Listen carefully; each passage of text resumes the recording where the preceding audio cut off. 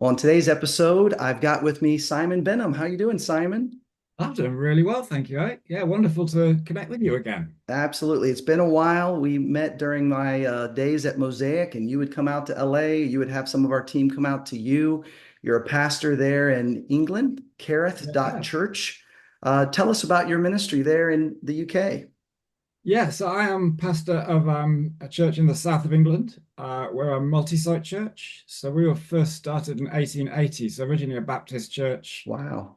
A long time the church was very small, sort of 20, 30 people. 1964 got its first ever full-time minister, and he was a fiery Welshman, was saved in the Welsh revivals, or discipled by somebody who was saved in the Welsh revival, so he was a revivalist. Wow. And he grew the church from sort of 20, 30 people to about 600, 5 or 600. And then I took over from him about 17 years ago. So I've been Wow. in the church for 35 years from a non-Christian background. And yeah, we've just seen God move in the last few years. So we're now on 4 sites, so a multi-site church. Yeah, and just, yeah, on a real journey. Well, and to me, part of why I reached out was obviously have church leaders who are in places that might seem more and more post-Christian, more and more difficult to reach. People saying, "Oh yeah, that's what faith was what my grandparents were about. That's not for me." You're in a country where that may have been happening sooner than here.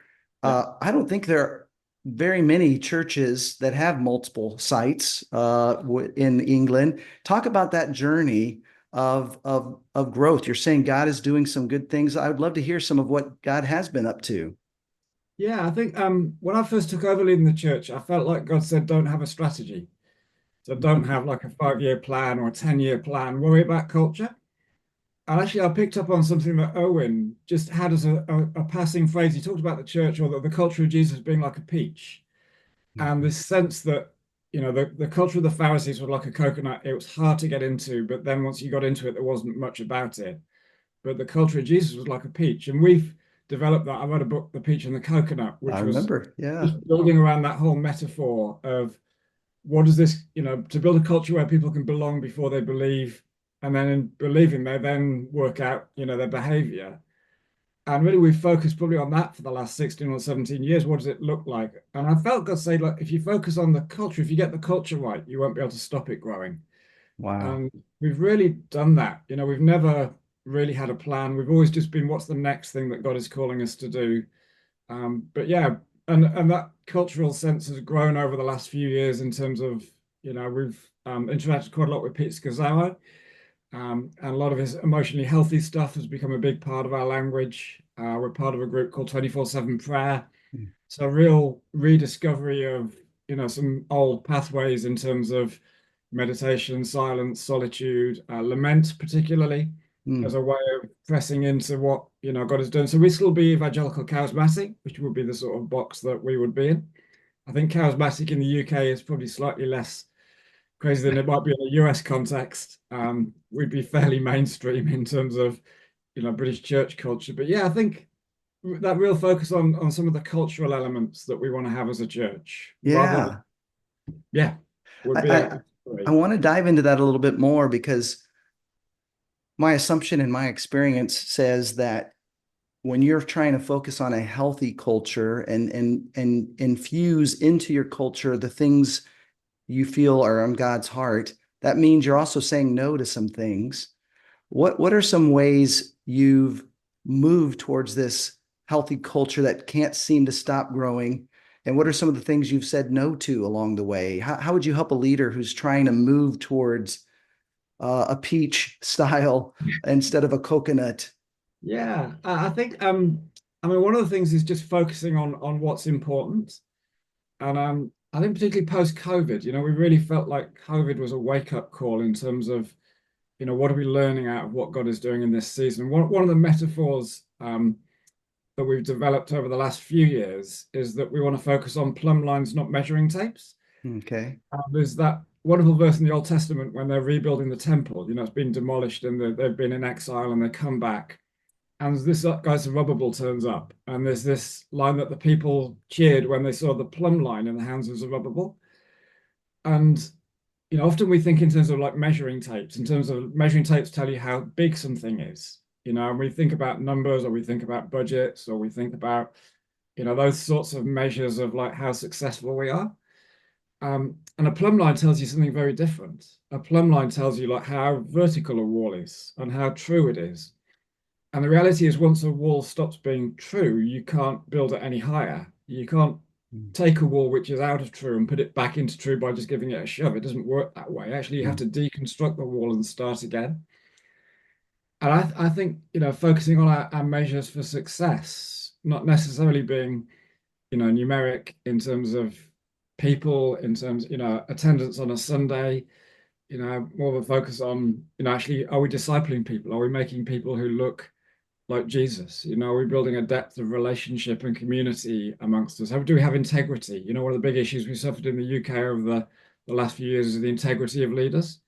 And a number of high profile leaders, as I think has happened in the States too, who've fallen and have been found to have, secret lives and all sorts of hidden stuff. And, how are we focusing on that? How are we focusing on doing a way that we don't burn out, that yeah. actually is sustainable and is healthy? And how do we lament well? How do we actually embrace grief and loss and, not just run away from them or pretend they aren't happening, but go, no, these are part of a vital part of the growth process for us Mm, as followers of Jesus. So I think, yeah, that focus on what represents success. And actually, if it doesn't grow enormous, that may not be God's, sort of think of Jesus and you think at the end of 3 years of ministry, he had 120 in an upper room in Jerusalem. It wasn't massive, but he laid the foundations for what was going to become, very quickly a global movement and a mega church in Jerusalem. The day of Pentecost, and there's suddenly 3,000 people. And yeah. but actually, Jesus' ministry, if you measured it numerically, wasn't that successful. But he built the right way. He invested those values in the disciples, such that they were equipped when the big thing did hit.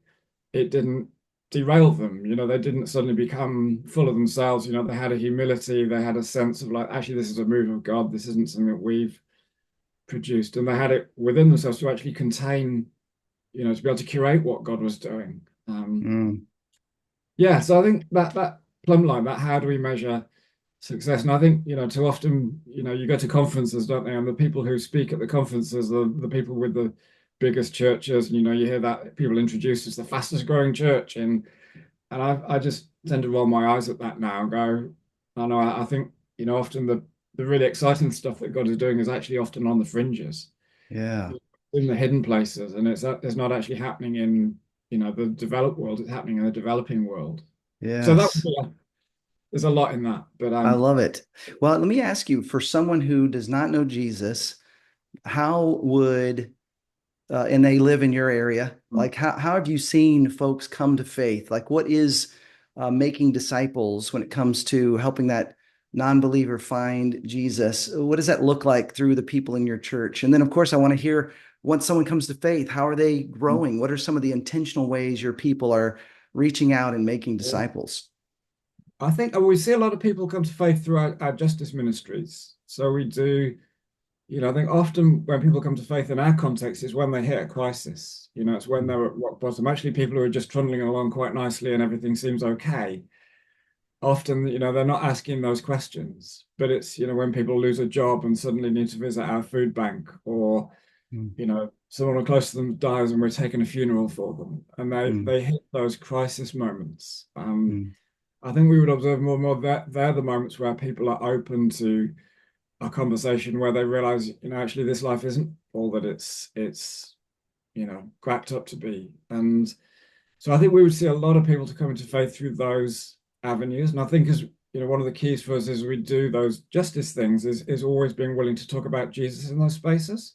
mm, Uh, I think in the UK, we'd have seen a lot of churches that once saw any sort of practical demonstration of the love of Christ as almost like the social gospel. That would have been the language here, and that's not the real gospel. We don't do that as a church, and we've seen a big swing with a lot of what would have been traditional evangelical churches embracing that, but almost swinging the other way, and now running justice ministries where they wouldn't talk about Jesus at all, or they wouldn't pray.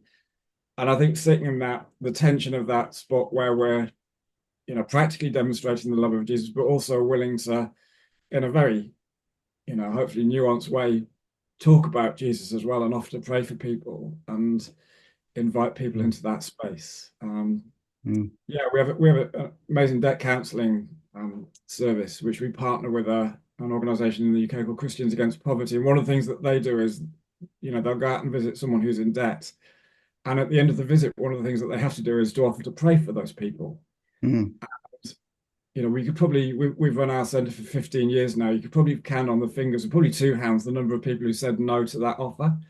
And often, even in that moment on that first visit, people just break down in tears, and it's like nobody's ever prayed for me. And they'll experience the presence of God in that moment. mm, So I think a lot of it would be around that. And yeah, there is a sense in our nation of just a longing for more.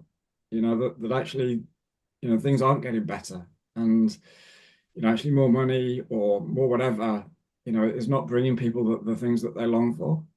Um, mm. yeah, so that would That's be. very helpful. Yeah. And I've seen, in our context here in Austin, Texas, it's not only the people who were serving in the midst of those justice ministries. We're supposed to be people who bring justice and righteousness, make things right in our world. But there's also skeptics and non-believers who are serving alongside of us. Like they want to make Yeah. the world a better place. And that's led to some really beautiful spiritual conversations. Talk about the process for helping someone who's said yes to Jesus. And now, how do you help that person grow? How are you seeing your people make disciples in that way? I think, first of all, just realizing that it's messy and it's slow and it's deep. Um, Mm, and I think often it's not a process. So we would have a growth track. So we have a growth track, which is like a series of courses. So it would start with Alpha. I would have sort of freedom in Christ and emotionally healthy spirituality and a prayer course and a Bible course. And, we want to teach people those things, but actually realizing discipleship is much deeper than that. It is often the one-on-one relationships. Um, so I think almost trusting that people are going to get, or creating the spaces where people can get into those relationships where a less mature Christian can get alongside an older Christian. We see a lot of the generational stuff. So actually for our children and teenagers, giving them older role models that they can grow with of, mm, how the generations investing in each other. So I don't think it's a program. I think it is as doing life together, sharing life with one another. I think recognizing often that, the greatest growth often grows in the moments of greatest crisis. mm, And, we've had a season a while back when we had two really big losses. One of our pastors, his wife died of cancer. mm, Another one of our pastors lost a baby fairly mm, long. And it was just huge in terms of what it meant. But I think in those moments, God, actually, we can embrace this loss in terms of, yeah, as a community, what does it look like to lament in a moment like this? And you begin to equip people and train people like, how do you cope with those moments in life? And then they mm, have those tools that they can then use with their friends and their neighbors. And, so there's a depth to it in that sense. It's not really just knowledge, it is knowing Jesus in those moments. And, how do you lament? How do you deal mm, with those, questions of theodicy of like, where is God when he's not answering my prayers? And I think recognizing they're mm, often the moments of greatest growth. mm. Does that make sense, Eric? I'm Oh, sorry. absolutely. It was in 2016, we had a woman on our staff named Tasha Morrison. She's gone on to start a nonprofit called Be the Bridge. And it was the first time I've ever been a part of a service that included time for lament. Mm. And it was so powerful. It's something now we try to infuse on Sundays, just Oh, kind of that moment to be honest with God. I mean, we see there's a book called Lamentations. mm. There's prayers of David where he is absolutely upset and angry at God and yet ends with, but still I will trust you. Yeah, yeah. Talk about how you've seen this exercise of lament and silence. How do you help incorporate that into people's lives or even into the life of the church? Well, I think first of all with lament, we I discovered lament about 3 or 4 years ago. I did an MA, and there was an Old Testament module, and I did Habakkuk, which is one of the Psalms of lament as they're looking at the exile about to happen. And I'd never encountered lament before. I'd often read the Psalms, and you keep searching through till you find a happy one because it seems like quite a few of them are just quite miserable. And I just never encountered this idea of, I know this was a huge part of the Jewish Yeah. culture of, like, when they hit tough times, this is what they knew to do. So I think for me, it started with me embracing that, understanding that. My mum passed away a few years back, and it left Mm, me with a whole lot of unanswered questions about, why God hadn't saved her and healed her, and I didn't really know what to do with those questions. So I went through this thing of, I'm not sure if I can even talk to God about these things. I was mm, almost at one point I was scared I might lose my faith. mm. If I really opened up to the questions that I had. But studying Habakkuk, it sort of gave me the confidence to go, okay, I'm gonna lament. I'm gonna follow that pattern of complaint and just pour out my questions, my sadness, my sorrow to God. And then the next bit of lament would be to ask, and just invite God into the situation, and then finishing with that sense of trust and praise.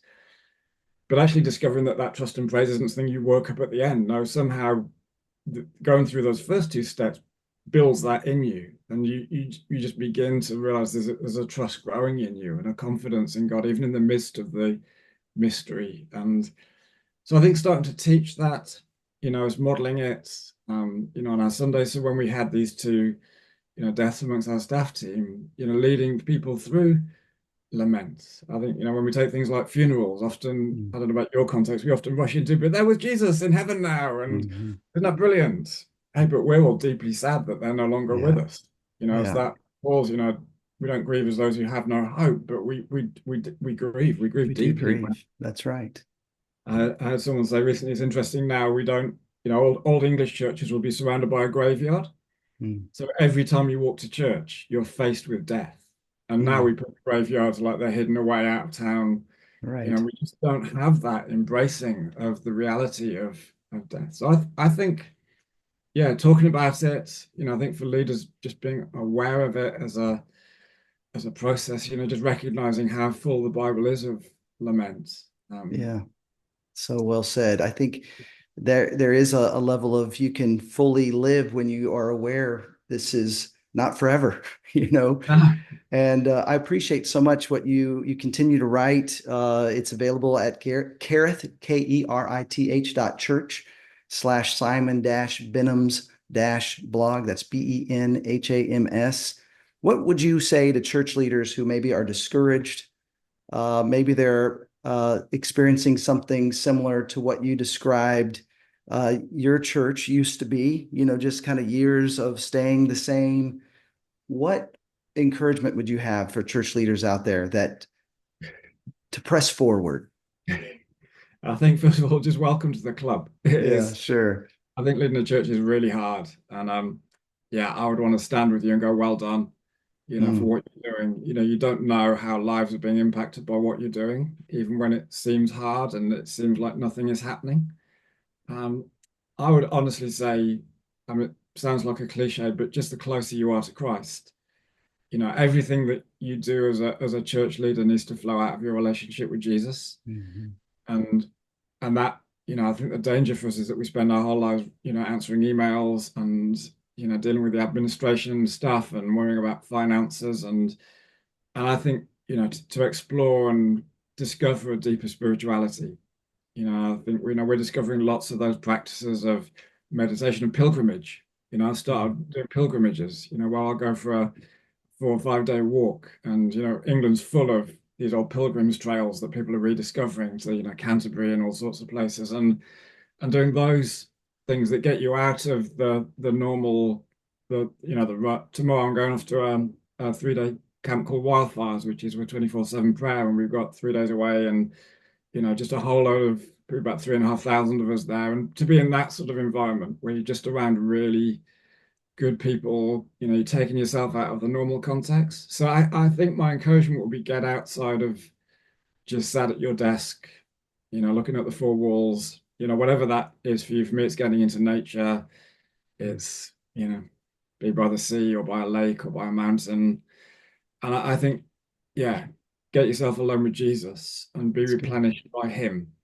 And Mm, then, it's only out of that place that you can actually genuinely lead.